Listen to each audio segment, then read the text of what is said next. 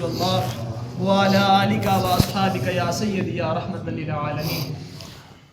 اللہ تعالیٰ نے قرآن مجید کے اندر ارشاد فرمایا فَاسْأَلُوا أَهْلَ الذِّكْرِ إِن كُنتُمْ لَا تَعْلَمُونَ، فرمایا کہ اہل ذکر سے تم سوال کرو ان کنتم لا تعلمون، اگر تم جانتے نہیں ہو۔ خود اپنے سے مسائل پر عمل نہ کرو۔ فَاسْأَلُوا أَهْلَ الذِّكْرِ إِن كُنتُمْ لَا تَعْلَمُونَ، کہ ان سے سوال کر لو اگر تم جانتے نہیں ہو۔ اور فرمایا وَاتَّبِعْ سَبِيلَ مَنْ أَنَابَ إِلَيَّ، کہ اس کے راستے کی پیروی کرو جس نے میری طرف رجوع کیا۔ یہ اللہ کریم قرآن مجید کے اندر ارشاد فرما رہا ہے۔ ہمارا آج کا موضوع فقہ ہے۔ فقہ کسے کہتے ہیں؟ فقہ جو تم تقلید کرتے ہیں اماموں کی، وہ کیوں کرتے ہیں؟ کرنی جائز ہے یا نہیں جائز؟ فقہ یہ جو اس کا جو لفظی معنی ہے، اس کا لفظی معنی ہے گہری تحقیق کرنا، سمجھنا۔ جو لغوی معنی ہے لغت کے اندر، عرب کے اندر اس کا معنی سمجھنا، گہری تحقیق کرنا اس سے مراد ہے۔ اور اصطلاحاً اس کے اندر جو فقہ کی تعریفات کی ہیں، یہ مختلف اماموں نے مختلف تعریفیں کی ہیں۔ اس کی جو آسان تعریف ہے وہ یہ ہے کہ جو دلائل ہیں ان کے ذریعے جو احکام ثابت ہیں ان پر عمل کرنا، ان کو جاننا، کہ دلائل کے ذریعے جو احکام ثابت ہو چکے ان پر عمل کرنا، ان کو جاننا۔ اور امام اعظم ابو حنیفہ رحمۃ اللہ تعالی علیہ، آپ نے جو تعریف کی ہے وہ ہے معرفت النفس ما لہا و ما علیہا، کہ نفس کے بارے میں ان چیزوں کو جاننا کہ جو نقصان دہ ہیں اور جو فائدہ مند ہیں۔ جو نفس کے لیے، ہمارے دین کے لیے، ہمارے ایمان کے لیے جو چیزیں فائدہ مند ہیں اور جو نقصان دہ ہیں ان کو جاننا، یہ فقہ ہے۔ اب آتے ہیں تقلید کی طرف کہ تقلید کیا ہے۔ اللہ کریم خود قرآن مجید کے اندر ارشاد فرما رہا ہے نا کہ وَاتَّبِعْ سَبِيلَ مَنْ أَنَابَ إِلَيَّ، کہ اس کے راستے کی پیروی کرو جس نے میری طرف رجوع کیا۔ شاہ ولی اللہ محدث دہلوی رحمۃ اللہ تعالی علیہ اپنی کتاب عقد الجید فی الاحکام الاجتہاد، آج کے اندر ارشاد فرماتے ہیں کہ تقلید کرنا یہ ہر مسلمان پر ضروری ہے۔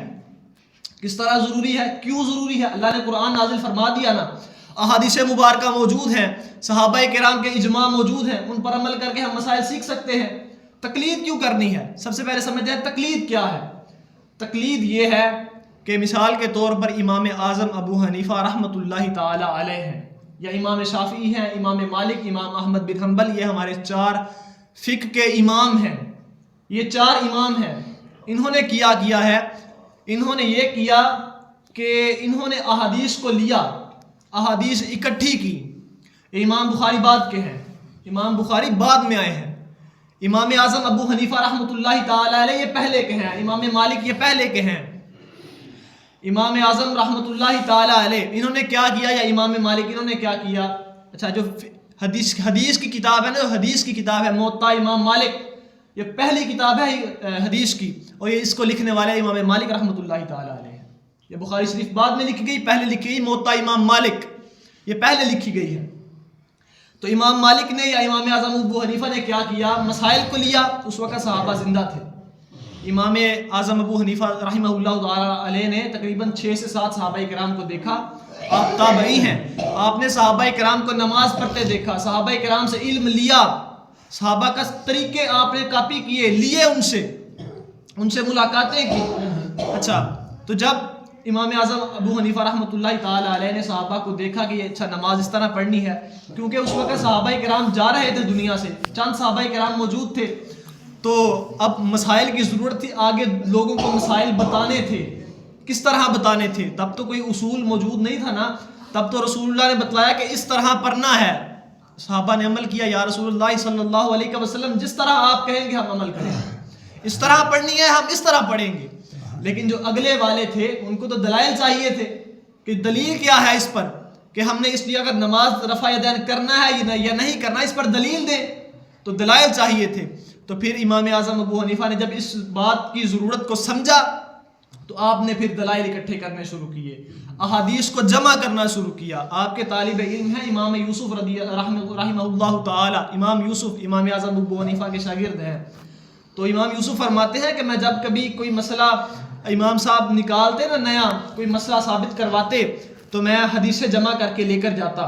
کوفہ کے جتنے، آپ کوفہ کے ہیں، کوفہ کے جتنے بھی علماء تھے نا ان سے حدیثیں لیتا، حدیثیں لے کر جاتا امام اعظم ابو حنیفہ کے پاس، اور جا کر کہتا کہ آپ نے اس حدیث سے یہ مسئلہ نکالا ہے، اس حدیث سے مسئلہ ثابت کیا ہے، تو آپ فرماتے کہ نہیں، اس حدیث کے اندر یہ علت پائی جا رہی ہے، اس وجہ سے میں نے اس حدیث سے یہ مسئلہ نہیں لیا۔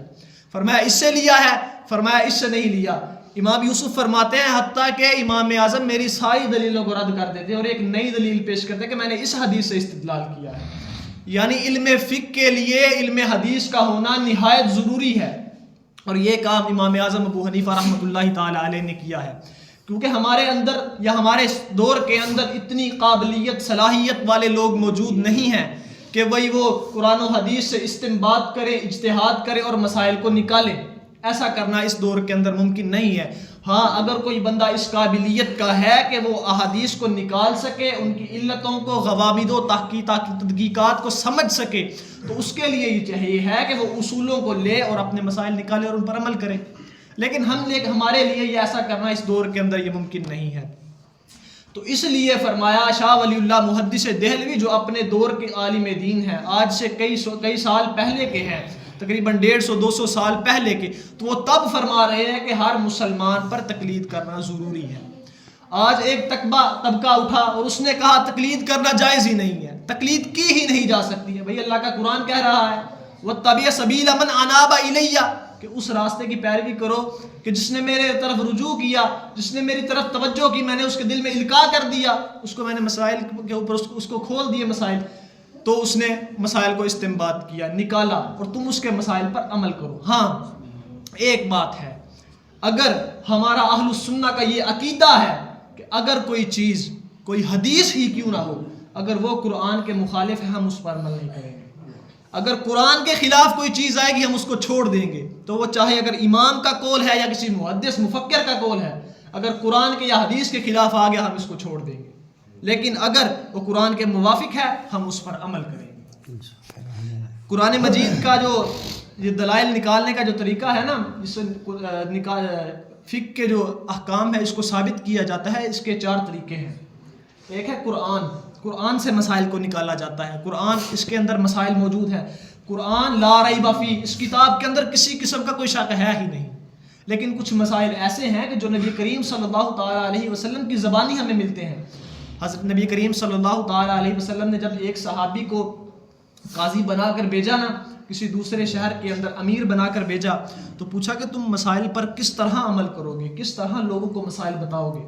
تو صحابی نے عرض کیا یا رسول اللہ صلی اللہ تعالیٰ علیہ وسلم، یہ قرآن موجود ہے، میں اس سے مسائل نکالوں گا اور لوگوں کو بتلاؤں گا۔ تو آپ نے فرمایا کہ اگر تم اس سے مسائل نہ نکال سکو تو پھر کیا کرو؟ تو انہوں نے کہا یا رسول اللہ صلی اللہ علیہ وسلم، پھر آپ کی احادیث موجود ہیں میرے پاس، میں ان پر عمل کروں گا، ان سے استدلال کروں گا اور لوگوں کو مسائل بتا دوں گا۔ اگر فرمایا کہ ایسا بھی نہ ہو پھر کیا کروں گا؟ فرمایا پھر میں قیاس کروں گا، اپنا ذہن استعمال کروں گا، ایک مسئلہ جو نکل چکا ہے اس پر دوسرے مسئلے کو قیاس کر کہ اچھا یہ مسئلہ اس طرح ہے، اس کے اندر یہ علت پائی جا رہی ہے اور یہی علت دوسرے مسئلے کے اندر پائی جا رہی ہے، ان دونوں کا حکم میں ایک کر دوں گا، مسئلے کو اس پر قیاس کر کے اس کے لیے حکم ثابت کر دوں گا، ایسا کر دوں گا میں۔ تو یعنی کہ 3 چیزیں یہ ہو گئی، اور چوتھی چیز ہے اجماع، یعنی کوئی مسئلہ نیا پیش آتا ہے، اس حوالے سے قرآن و حدیث کے اندر اس طرح صراحت وضاحت موجود نہیں ہوتی ہے، تو کیا کیا جاتا ہے؟ پھر علماء اکٹھے ہوتے ہیں، اس مسئلے پر اجماع کیا جاتا ہے کہ اس مسئلے پر کس طرح عمل کرنا ہے، پھر اس پر اچھے طریقے کے ساتھ، عقل کے ساتھ، منطقی دلائل، فلسفی یا قرآن و حدیث سے بحث کر کے پھر ایک مسئلہ حل نکال لیا جاتا ہے۔ تو یہ علم فقہ ہے۔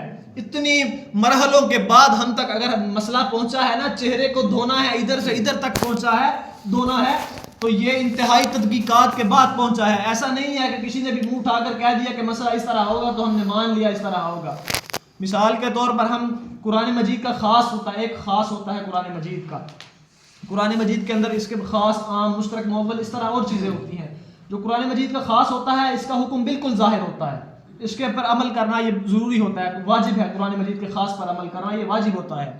لیکن اگر اس کے مقابلے میں بھی کوئی حدیث آ جائے تو ہم اس کو چھوڑ دیتے ہیں۔ اگر حدیث اس کے قرآن مجید کے خاص کے مخالف آ جائے تو ہم اس کو چھوڑ دیتے ہیں۔ اگر حدیث اور قرآن دونوں پر عمل کرنا ممکن ہو تو دونوں پر عمل کیا جائے گا، وگرنہ حدیث کو چھوڑ دیا جائے گا اور قرآن پر عمل کیا جائے گا۔ الحمدللہ ہمارے اماموں کا یہ نظریہ رہا ہے، یہ تجربہ رہا ہے۔ مثال کے طور پر تراویح 20 ہے، اس پر چاروں اماموں کا اکتفا ہے، اور آج نیا طبقہ آئے اور یہ کہہ دے کہ تراویح 20 نہیں ہے، اتنی ہے یا اتنی ہے، ایسا جائز نہیں ہے. یہ اختلاف نہیں ہے، یہ خلاف ہے. اختلاف یہ ہے کہ آپ قرآن و حدیث سے دلائل ثابت کریں اور کہیں ٹھیک ہے مان لے بات کو، لیکن خلاف یہ ہے کہ میں کہوں کہ میں اس بات کو سیرے سے تسلیم ہی نہیں کرتا، میں اس کے دلائل کو ہی نہیں مانتا، میں اپنا مسئلہ نکال کے بیٹھ جاؤں. یہ خلاف ہے، اختلاف نہیں ہے. اختلاف امتی رحمہ، حضور نے فرمایا میری امت کا اختلاف رحمت ہے. خلاف رحمت نہیں ہے، خلاف جھگڑا ہے، لڑائی ہے. فرمایا اختلاف رحمت ہے، خلاف رحمت نہیں ہے. تو یہ جو ہم تک مسائل پہنچے ہیں تو ان پر عمل کرنا ضروری ہے. تو جو فقہ کے امام ہیں وہ 4 امام ہیں، اور ہم جس کی پیروی کرتے ہیں اہل السنت والجماعہ، ویسے پیروی اہل السنت والجماعہ ہی کرتے ہیں. امام اعظم ابو حنیفہ، امام مالک رحمہ اللہ تعالی، امام شافعی اور امام احمد بن حنبل، یہ 4 امام ہیں. انہوں نے مسائل نکالے اور ہم ان کے مسائل پر عمل کرتے ہیں. امام اعظم ابو حنیفہ رحمۃ اللہ تعالی علیہ، آپ 80 ہجری میں پیدا ہوئے، 60 ہجری 61 ہجری میں کربلا ہوئی، اور اس کے 18 19 20 سال بعد آپ پیدا ہوئے 80 ہجری کے اندر، اور 150 ہجری یعنی 150 ہجری کے اندر امام اعظم ابو حنیفہ رحمۃ اللہ تعالی علیہ کا وصال ہے. 70 سال آپ نے عمر پائی، اور اس عمر کے اندر آپ نے کتابیں بھی لکھی، مسائل کو استنباط کیا، اور مسائل ہم تک جو پہنچے ہیں وہ انہی کی بدولت پہنچے ہیں. دعا ہے کہ اللہ کریم ہمیں ان کے بتائے ہوئے طریقوں پر عمل کرنے کی توفیق عطا فرمائے. وما توفیقی الا باللہ.